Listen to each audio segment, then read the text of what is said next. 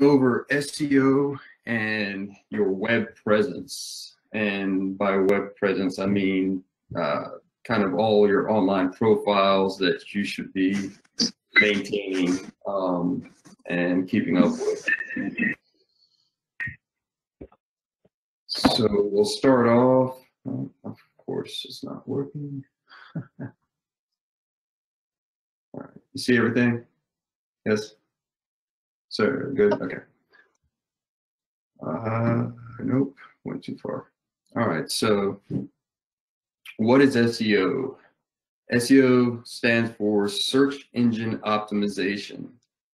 And basically it's just trying to increase the quality and quantity of the traffic coming into your site.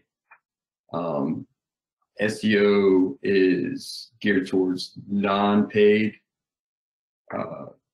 search, meaning it's not advertisement. It's enhancing your website, your web pages, your web presence, so that the visitors that come to your site are visitors that you want coming to your website. Or, you know, I guess in the case that if you do not have a website, you know, you could say your social profiles, your Google pages, whatever it might be. It's, you know, making sure that you have, you know, somebody who is, you know, interested in buying a home, interested or thinking about selling their home. Those are the types of people you obviously want coming to your real estate website or real estate Facebook page. And that's the purpose of the search engine optimization.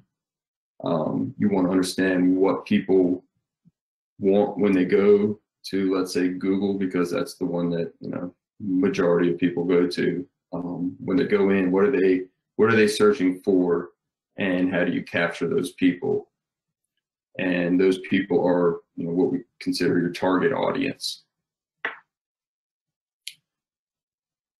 So to look at kind of what the organic versus paid are, again, organic is what is non-paying visitors. That's what, you know, SEO is geared towards. And paid is essentially the quick solution to get the traffic to your sites, you know, without all the time and effort that it takes for SEO. It's not really a good all-in solution. You should always have, you know, good SEO on your websites, on your pages, and not rely 100% on paid advertisement.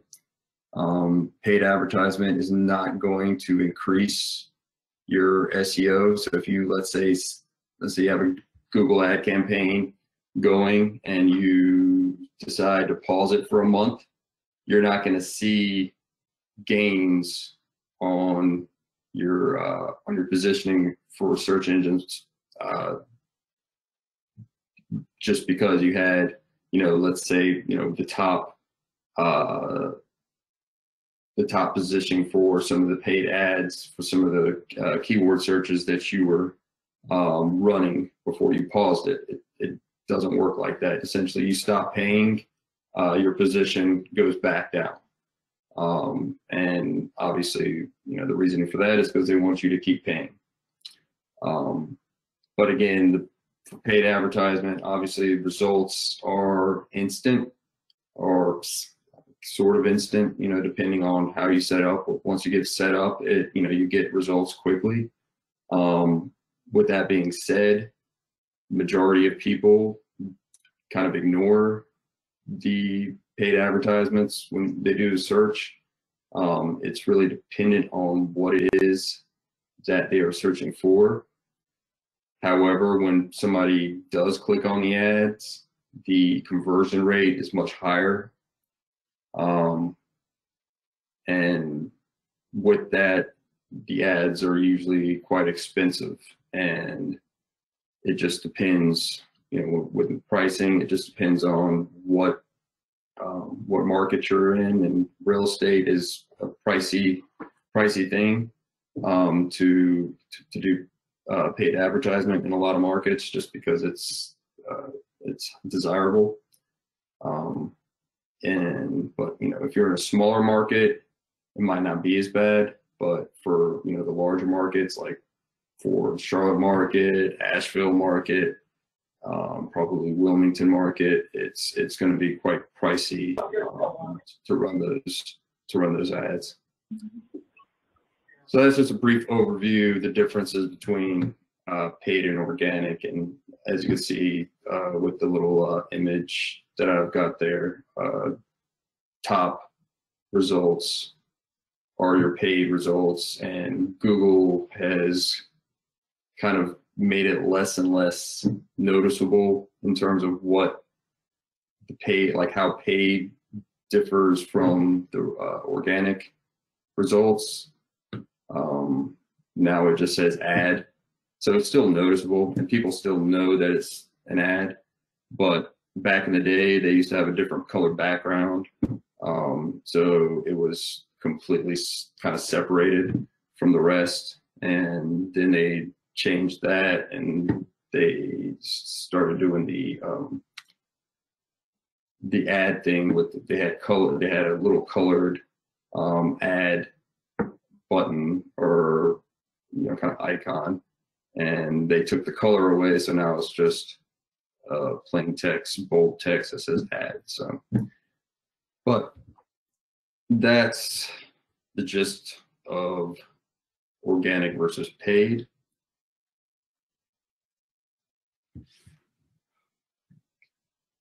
Sorry, my buttons aren't working.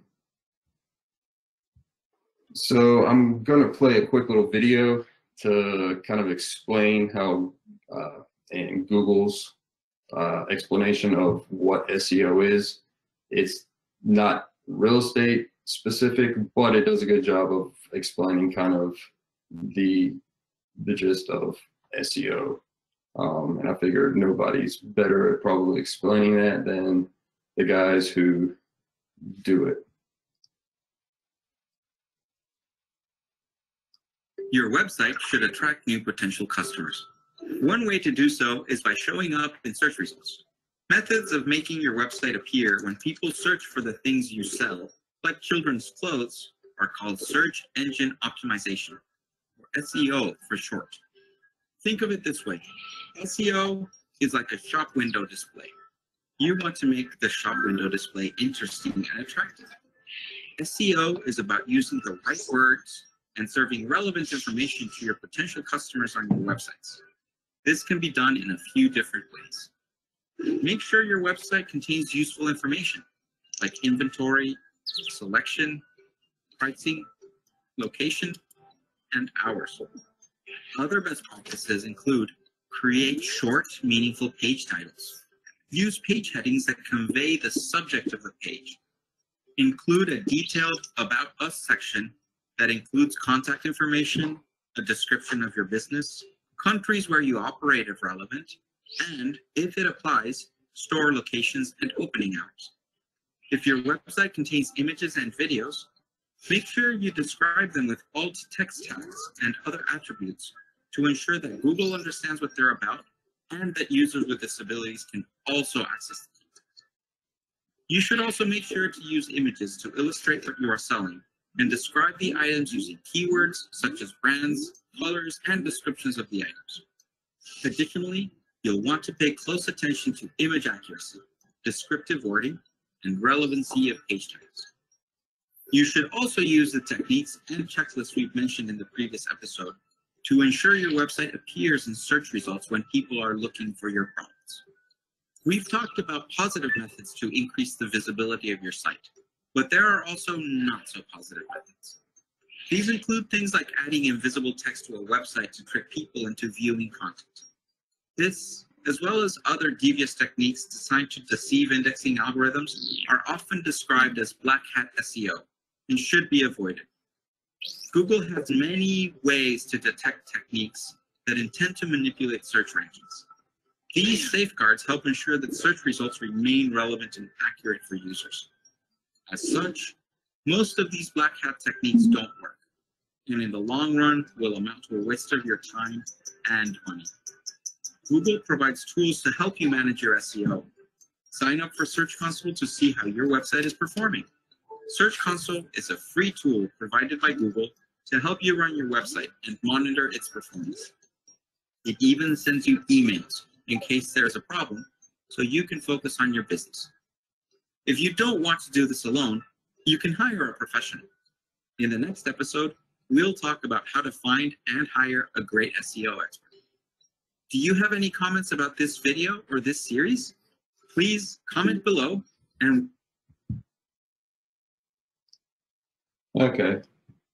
So obviously that was about, it was kind of geared towards selling like items from the store, but if you take out storefront and say listings, it's the same kind of rules apply.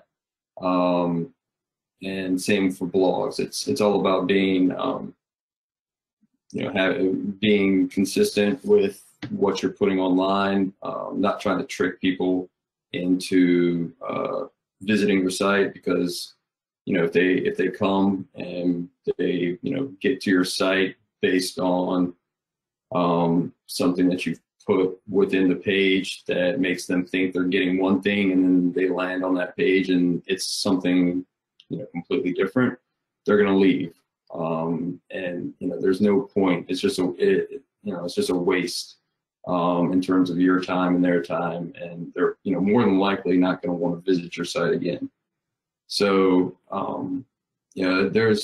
it's really an endless thing. SEO, it's just a constant work, and it's really based for people with websites that are working on websites, and we can get into that pretty deep and detailed.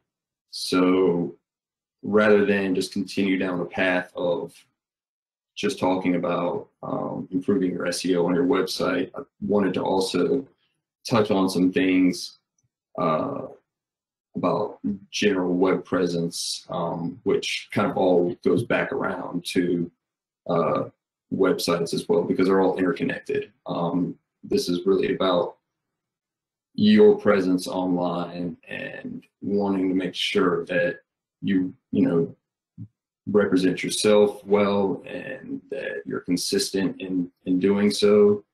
And that's kind of what we want to help you with. And with that being said, we're going to now take a look at some other aspects of what you could consider SEO, but just general online web presence.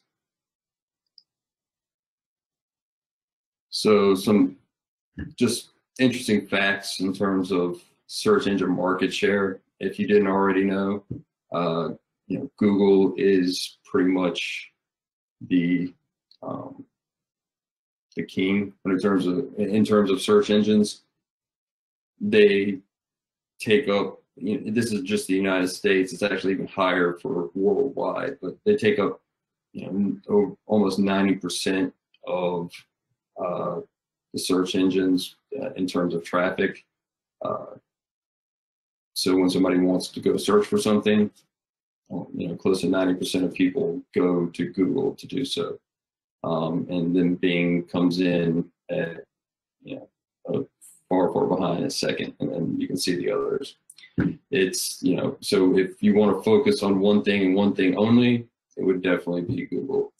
But with that being said, it's smart to also make sure that you're checking Bing and you're checking Yahoo, and well, I would say those are probably the three that you would need to check if you are checking.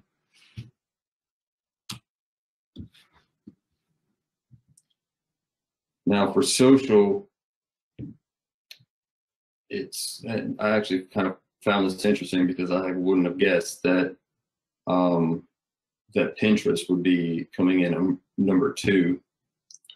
But Facebook, as most of you probably would guess, takes up 50% of the traffic. And this is an average over the last 12 months or from August 2019 to August 2020.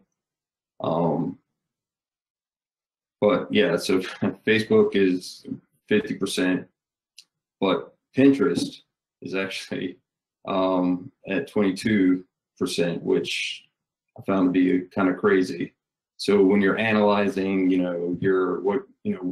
what time you're spending on various platforms in terms of trying to, get more traffic, extend your reach, a lot of people might not be thinking about Pinterest. They might be putting all their focus on Facebook and probably, Instagram and maybe even YouTube. But in terms of just sheer traffic, that, the amount of people that are going on and using platforms, it might be a good idea to, take a look at Pinterest and, create an account and kind of dive into that a little bit. It's, again, it's not one that most people really look at, and you're not going to find a ton of articles about it. But I mean, the stats don't lie. So, you go where the people are, and apparently, Pinterest is definitely one of them.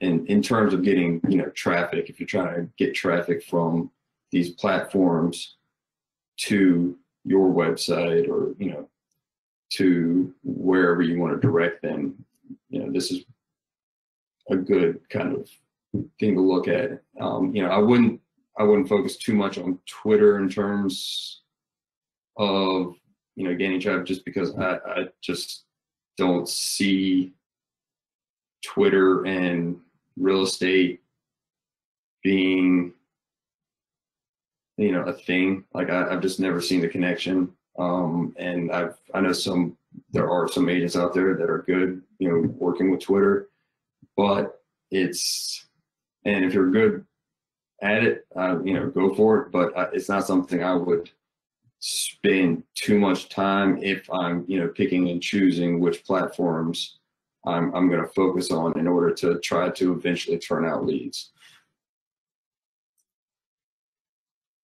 Hey, Jason. Yeah. Sorry, before you move on, I just had a question, and maybe it's because I'm newer to this, but so when you're talking about traffic and getting traffic to the Facebook page or to your Pinterest account, if that's your jam, or on Google, are you going to kind of talk to us about what that looks like? Like, what do you mean, I guess, when you say like traffic? Are you talking about content or posts, or what exactly? Yeah, when I say traffic, I mean people going, like actually visiting your, whatever your, like if you're, let's say your main focus is on getting people onto your, we'll say Facebook business page, because not everybody has a website outside of the Booge website. Not everybody, really utilizes the Booge website if they do have it. And they might want to, send them somewhere where they can kind of communicate with them almost instantly, like we know with Facebook, with Messenger and all that stuff, and stay connected to them, quickly and less formally. So we'll just use Facebook as an example. If you want to drive people to Facebook, you would, that's traffic. You want to get traffic to your Facebook business page. Facebook has made it difficult to do that without paying. Obviously Facebook, the only way they can make money is through advertisements. So, and they know businesses are the ones that are going to be paying for those advertisements. So they have kind of made it extremely difficult for businesses to show up on people's Facebook feeds without paying for it. So they've basically said that, we're going to put what we feel the people want to see first, like friends and family posts and stuff like that. And we're going to prioritize those things before we prioritize the business pages. And it's all, some people will see those business postings if they interact with it. So if Facebook sees that you're interacting with the various business pages that that you've liked, then they'll show up in your feed. But generally, it's going to be friends and family first, then business pages come after. So if you're trying to get more people to your Facebook page, you want to definitely be posting things that those clients, or potential clients, your friends, whoever your Facebook audience is. You want to be posting things that will draw them to your page, that will get them to actually look at your Facebook page and maybe check and see what other things you've posted recently. It's a hard battle, but it's something that it's just work, it's time, it's consistently putting stuff out there that people want to consume, and that's where you get the traffic. Is kind of going back to the first slide that I talked about. It's about providing people with what they want, what they're looking for, and that's the challenge for everybody, whether it's your Facebook page, whether it's your website, anywhere where it's content driven. You're trying to figure out what that content is that they want to read, and that's really it, and engaging. Okay, so you create the content, you engage with people, whether it's on social or provide some sort of value if it's on your website. That drives the traffic, and then an increase in traffic will increase your SEO. Is kind of what you're saying. Yeah, well, the content is, depending on where what platform you're talking about, the content itself is the SEO. So, if you have for Facebook, let's say you have a lot of people that are engaging on there, if they're liking your page, if you get reviews and they are giving you good reviews, then the chances of your Facebook page showing up when somebody searches on Google, it goes up. And that's just Facebook. Obviously, SEO is really based, or it's really about websites, but I know not everybody has a website that they're working on or that they consistently update and stuff like that. So I'm trying to kind of expand outside of just websites, because that, probably going to do another presentation at some point on just the website part of it, because that's that's one that will it'll probably have multiple presentations, just because there's so many different things that you can do on your website that improve your SEO, that increase your traffic, that just better your chances of showing up for various things when people go online and search. And that's really the main focus, or the main goal of SEO, is to eventually get the traffic wherever it's coming from to your website. So long-term goals should always be for anyone who has any kind of business online. They want to get people to their website. They want to get people to contact them for their services. For real estate, it's contact them for the services. If you're selling products, you want them to buy your products. Obviously, it's different for real estate because you can't just buy a house at the click of a button. So you're trying to get those leads or traffic that eventually turns into leads to your site. And it's just, like I said, it's something, it's a topic that is, takes up, that would take up a lot of time and gets very detailed. So it's definitely going to be something that I think we should do in segments, rather than trying to knock it all out in one presentation. Yeah. So there was a question in the chat, kind of talking specifically about content. So can you talk about the type of real estate content that would be good for Pinterest, or about the use of LinkedIn, just best practices or just suggestions? Yeah, for Pinterest, I mean, I'll be honest, I'm not a Pinterest expert. Again, I was surprised at, I mean, I've heard of Pinterest in terms of, you know, a great way to get a great kind of a link builder. And by that, I mean, somebody, you know, you post something on Pinterest and it links to like your website or your blog article that you originally posted. That's what most things, like people who post on Pinterest are posting something that is connected to something on their website that they posted. So they're trying to get people to click on the Pinterest item to drive them to their website.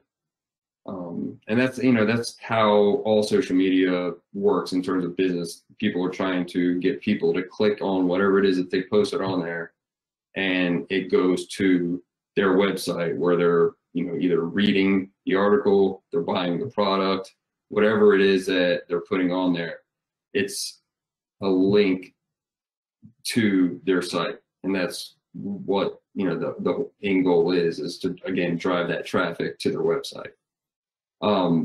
What you could, you know, what people could post on there, I would say, you can go two different routes for Pinterest. It's, you know, you could do real estate related stuff in terms of, you know, Pinterest is sort of like Instagram in terms of it's, you know, image based. So you want to have nice images that people will want to look at. So if you're doing real estate, you know, maybe you do, you know, you create boards that are like, you know, kitchens, you know, backyards, pools, you know, master bath, whatever it is, you know, things that, you know, nice pictures from, you know, that people will like to look at, and then, you know, maybe save for their, you know, dream home board or their, you know, their home renovation board. There's also, you know, all sorts of different reasons why people go on Pinterest, to, you know, to kind of save different pins and different ideas so that they can go back to them for later. I know recipes is a big one. So it's, you know, not necessarily real estate related, but if you are into that, that's, you know, again, it's not a bad thing to put things that you're interested in, because you're going to find other people that are interested in it. You know, you don't have to be just real estate focused. You know, you can go outside or think outside of the box when it comes to, you know, social media and stuff, because it's all about connecting with people. You know, you don't want to be like a robot that's only focused on one thing only. You want to be, you know, relatable to, you know, the people that you're reaching out to. And, you know, so I would say stick with things that, you know, that, you know, show your interest, and, you know, people are going to probably be more likely to, you know, contact you in the future if they feel like you know, you guys have some sort of connection through whatever it is, whatever your interests are. And I can't remember what the other one was you asked, Sarah. You said LinkedIn? Is that what it was? Yeah. Yeah, LinkedIn. LinkedIn is more of a professional business geared platform. It's good for you know, building relationships with other business professionals. Not saying that it's not a place where you could find you know, possible, you know, buyers or sellers, and it's, you know, definitely a good a good one to have your profile on, and kind of your accolades and all that. But in terms of kind of getting real estate leads, I don't know. I could be wrong, but I know that it's more about networking, and kind of connecting with other business professionals. Not that there could be, in connecting with those business professionals, obviously some of them might be looking to buy or sell a home. So it's not exactly something to avoid either. It's just, I would say just make sure that you have a profile, make sure that it's up to date and it's consistent with all your other profiles. And that's kind of the theme of this whole presentation, is I'm trying to drive the fact that you need to make sure that your profiles are updated. You have an updated photo, you have, all the appropriate links that you're linking to. If you've got awards and stuff that you want to have on there, make sure you've got those on there. Just make sure that you've got all the information that you want people to know about you online in all the places that they might search for you, and that it's all consistent with each other. So you don't have, a photo from 25 years ago on one site, and then, one from, 10 years ago on another site, and then one that you took last week on, your Facebook page or something like that. It's just, you don't want to have all these different representations out there. You want it to be all the same. You want people to see a consistent representation of you everywhere they go. So is there anything else there? Is that good in terms of questions? I might be opening up a whole wormhole with this, but when it comes to hashtags, is there any relation between hashtags and SEO? I mean, when you say SEO, again, SEO is kind of, SEO is really web-based, like websites, and hashtag is more social media. So I mean, yes, you could say that they're connected in terms of using the appropriate hashtags will then get, possibly get more people to view, let's say, your Instagram post, which then could drive them to your website. So in that sense, it's SEO. But if you're talking about just I'm just going to use Instagram as an example. If you use the appropriate hashtags for, your Instagram posts, and, you're posting consistently on Instagram, then you're gonna, with the right hashtags, it's going to get more views. And then again, consistency is going to also help. So if you post a photo and hashtag it or whatever, and then you don't post again for, let's say, 6 weeks, and then you do another photo with another hashtag, that kind of posting is, unless you're famous and you already have a huge following, like that kind of posting is not going to really get you a lot of traction. You're going to have the people probably who are friends with you might, like it or engage somewhat. And then you might get a couple of random people that might be interested in whatever it is that you posted. But, it's going back to consistency. It's definitely something that you're going to want to be consistent with, and your hashtags should always make sense. They should always be representative of whatever it is that you're posting. So, if you post, let's say a picture of a kitchen and you hashtag it living room, just throwing a random thing out there, that, you know, that hashtag and that picture don't really go together, and you're probably not going to get a whole lot of likes on that, or a whole lot of, you know, comments, because it just doesn't make sense and people are going to ignore it. I don't know if that kind of answered your question. I think so. Does anyone else have any questions they want to put in the chat? Or obviously you can unmute yourself.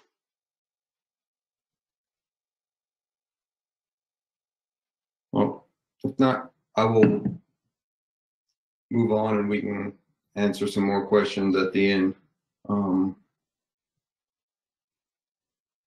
So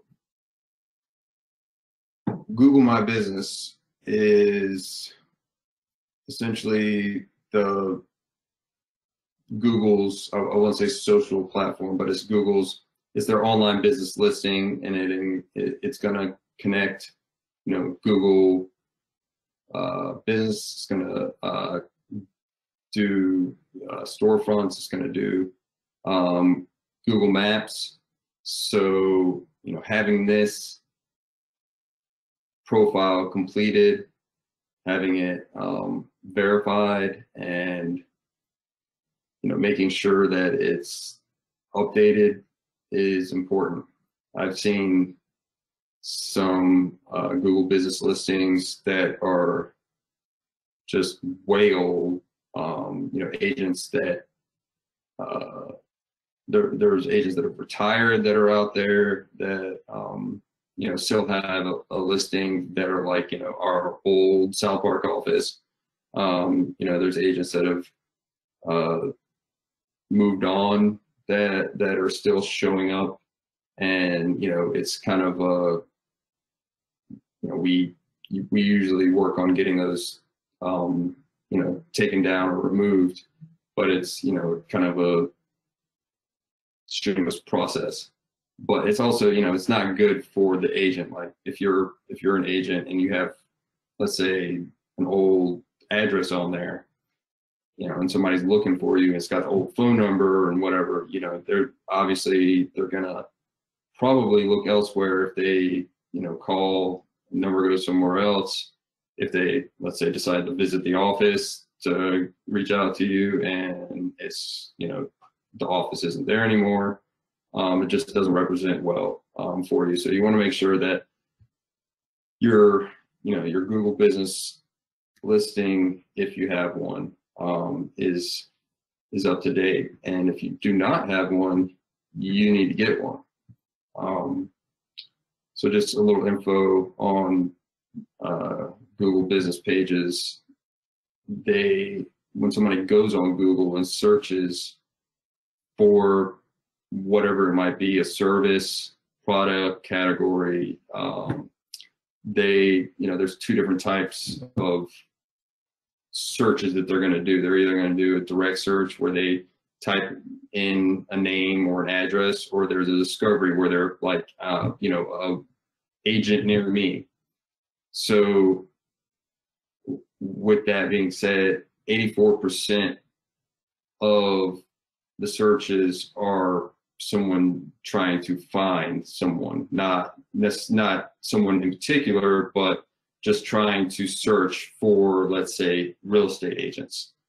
So they're going to type in real estate agents or real estate agents near me, and then they're going to get results. And at the top of those results, on the top fold of the page, which is the top half of the page where, you know, people look first, and is going to get majority of the attention and clicks, is going to be Google business page listings, like Google My Business listings for agents who have registered and have verified on Google, and it's going to be location based.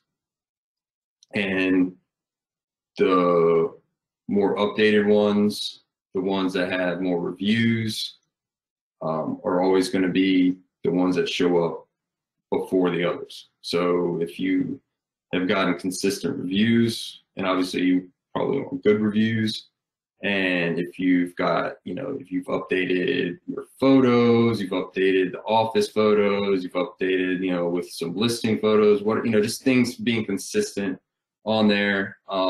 There's all sorts of things that you can do with your Google My Business page. And in doing so, it's going to increase your chances of showing up in that list for somebody when they do search.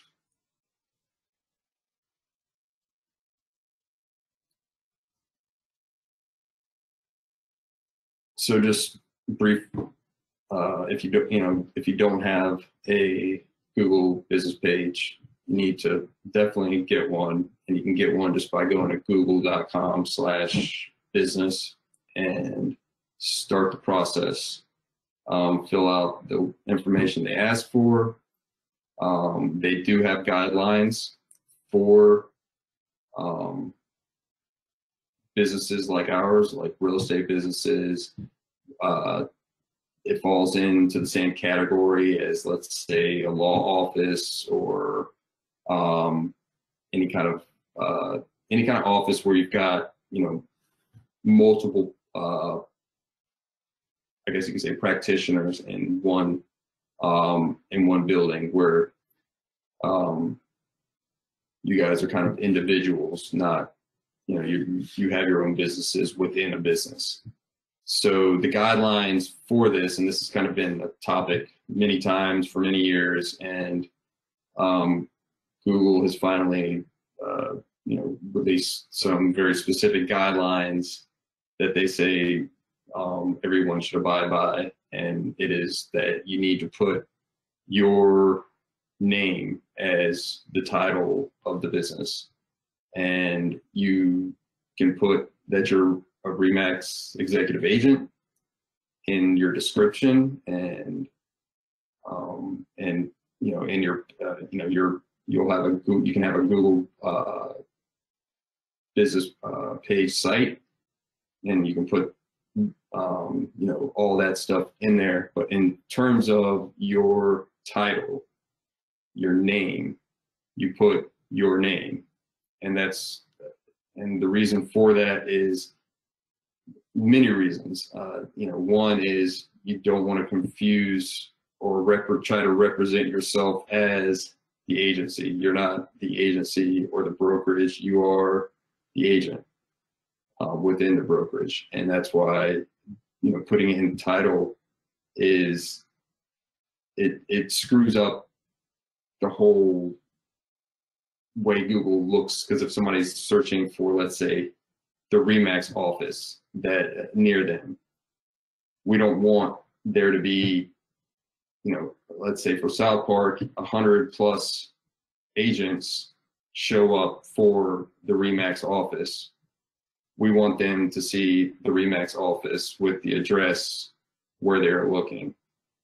And if they want to search RE/MAX agent, obviously that's where you will come up, and then your name will show up. It'll say an agent, and it'll say within your description that you're with RE/MAX.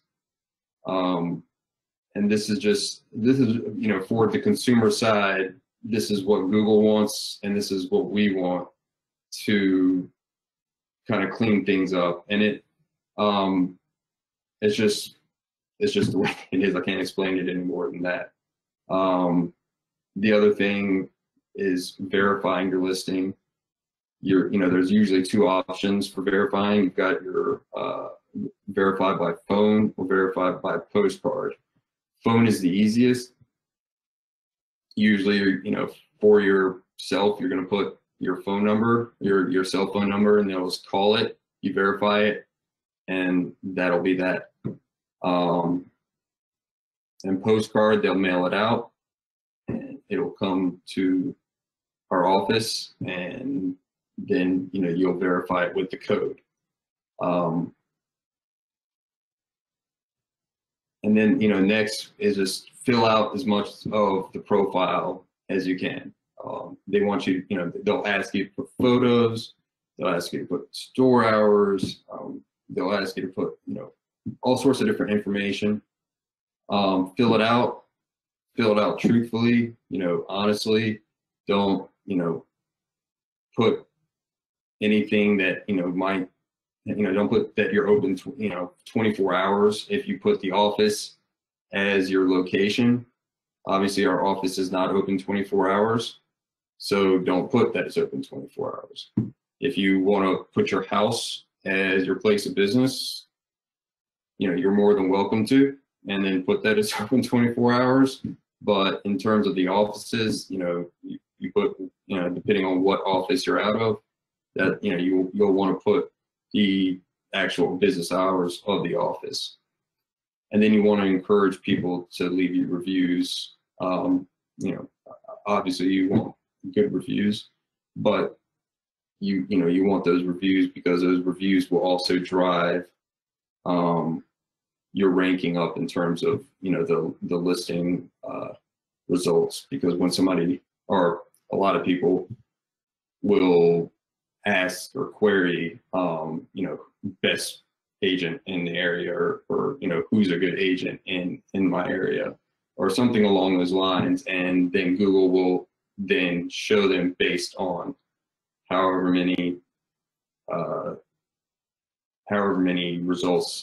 reviews they have. Obviously good reviews. They're not going to show the 2-star review, 2-star review agent ahead of the 5-star review agents.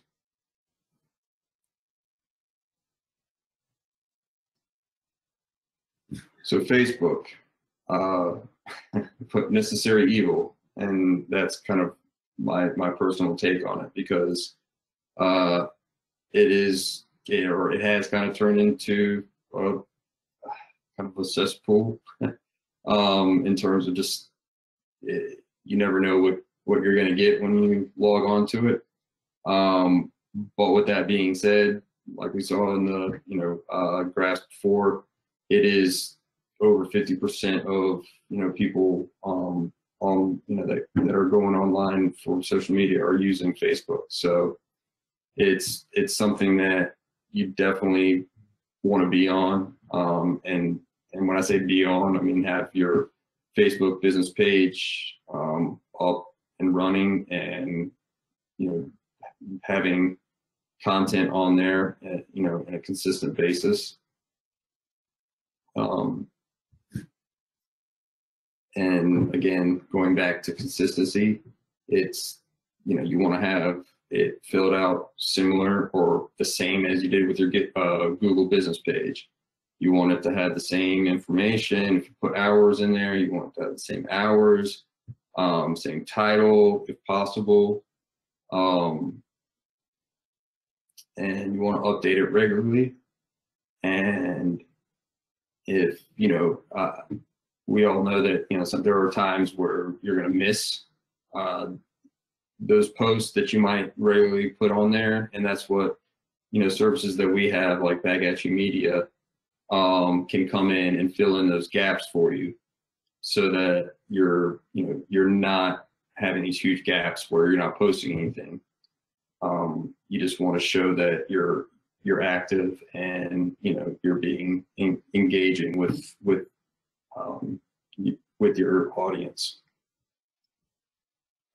Again, with Google, you want to encourage people to review you on Facebook.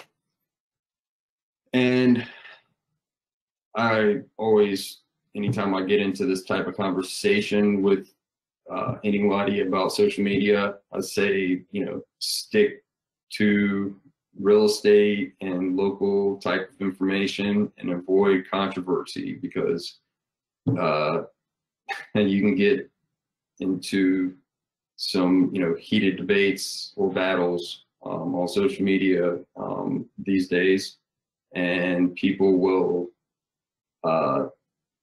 really gang up on you if it becomes known that you share a different viewpoint than they do. And the last thing I want for any of our agents is to, become a news story because they got into a fight with some other person on Facebook, and then next thing you know, hundreds of people are going and leaving reviews on you and saying that you're the worst agent in the world, and, you know, leaving all these phony whatever things that just because you share a different opinion about something than they do. So again, the way to avoid that is to just stick to, you know, the real estate and, you know, local news or local information type of stuff, and avoid any kind of heated topics that, you know, people are might feel strongly about. And that's just my advice, especially these days, because it seems like it's becoming more and more these days. So if you can avoid it, I would suggest doing so. Hey, Jason. Yeah.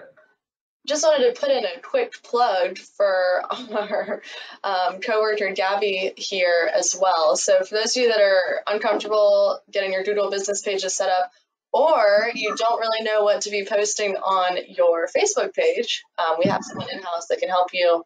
And I put her email in the chat for anyone that needs it, but she can do social media management, Doodle page, listing management, setup, whatever you need.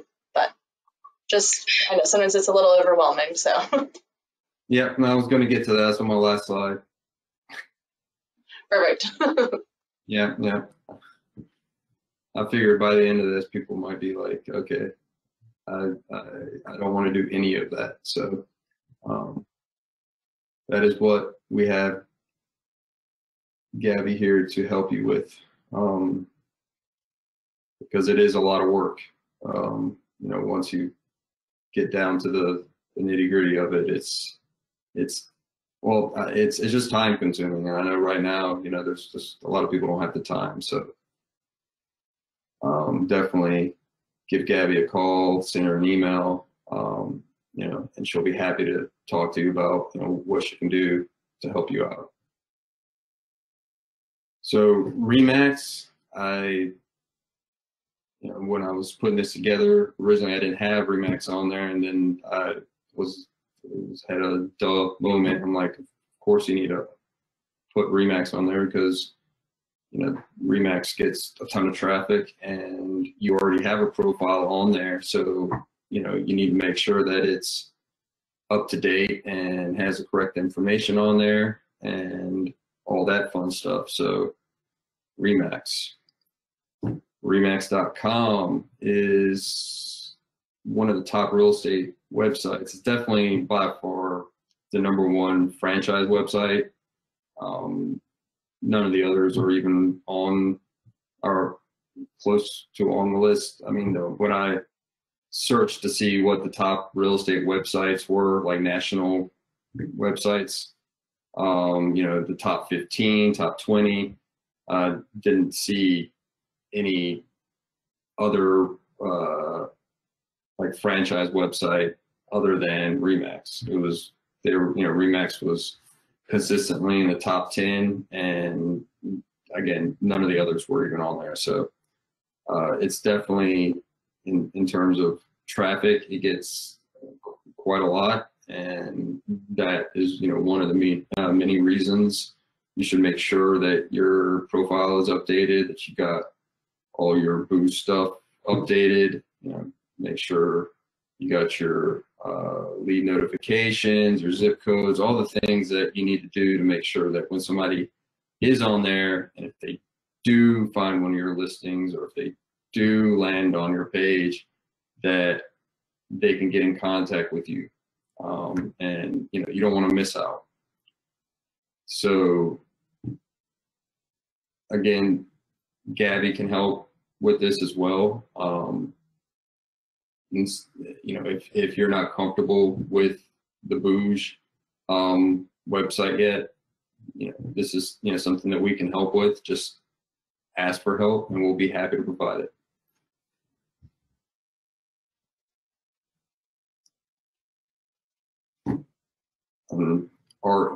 RE stands for real estate, and other real estate websites that you should also be checking and making sure are up to date your Zillow, Realtor, Trulia, any of those that have your, have your profile, might have your profile. You'll want to make sure that those profiles are up to date and represent you the way you want to be represented. I've heard some people say that, oh, I don't care about, realtor.com, or I don't care about Zillow, or whatever it is. And I get it. However, that because you don't care doesn't mean that, the potential client doesn't care. And if that's the only place that they're going to search for real estate or to get any kind of information about real estate, you want them to be able to find you. And, if they do find you, you want to make sure that it has your correct information. It's got your photo on there. Nobody is going to contact you if they don't know you and there's no photo. So that's important. I've seen a lot of profiles on some of these sites with no photo on there. And unless they know who you are, if you don't have a photo, they're not going to click on that. It's just, it's just not appealing. And, that's what, imagery is what drives clicks on these websites. So just looking at which sites you should focus on, I would say start with the top 5. And this is the most recent data I could find in terms of real estate websites, top 5 for national websites. And, you got Zillow, which is probably obvious to everyone. Trulia is number 2, which I was a little surprised about. Yahoo Homes, I was completely taken aback in terms of the fact that they got so much traffic. And then you got Realtor, and Redfin apparently is still up there. And these fluctuate. So this is just the most recent. I'd say most recent. I think it was January 2020.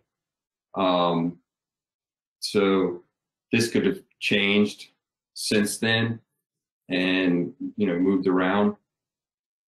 But this is just to give you an idea of sites that you should look at to see what your profile is on there. And if you have a profile, you probably should, and make sure it's updated and fill out as much of the information as you can. Another way to check this is by Googling yourself.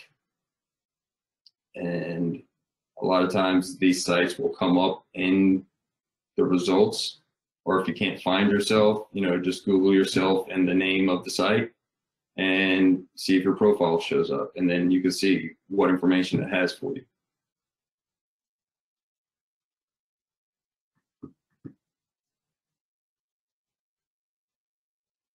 So, and there's a lot of others. And so I'm not going to go over everything or all the sites that you need to check online because it goes on forever. So just a brief overview is, on social, you got Instagram, YouTube, Pinterest, LinkedIn, Twitter, all these, the same, kind of rules apply that we talked about for Facebook and for Google.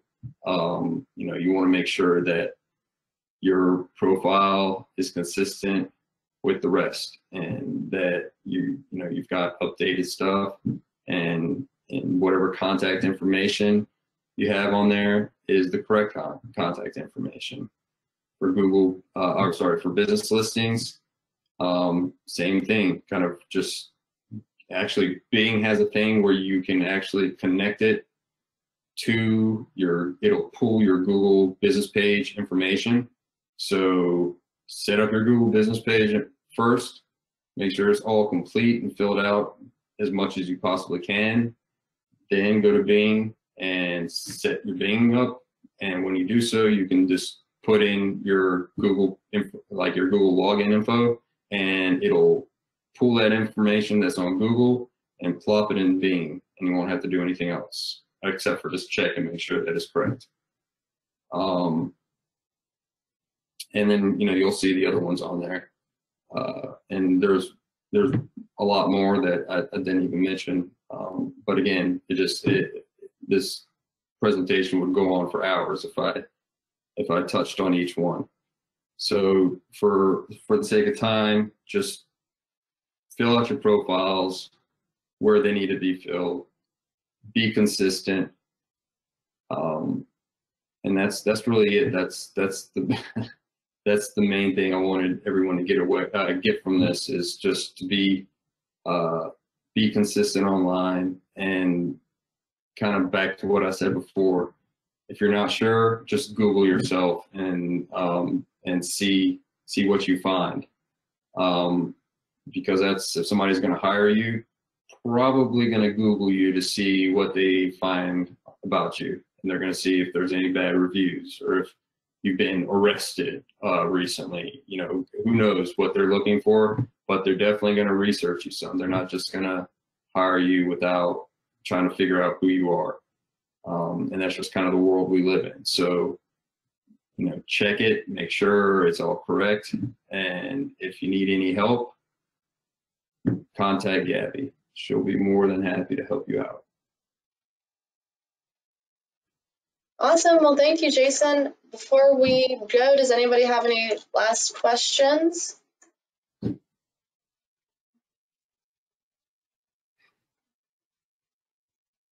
Alrighty then. I guess enjoy the rest of your week, and we'll see you next week for the next webinar. Yeah, thanks, everybody. Thanks, Jason. All right. Thank you, Sarah. Thank you.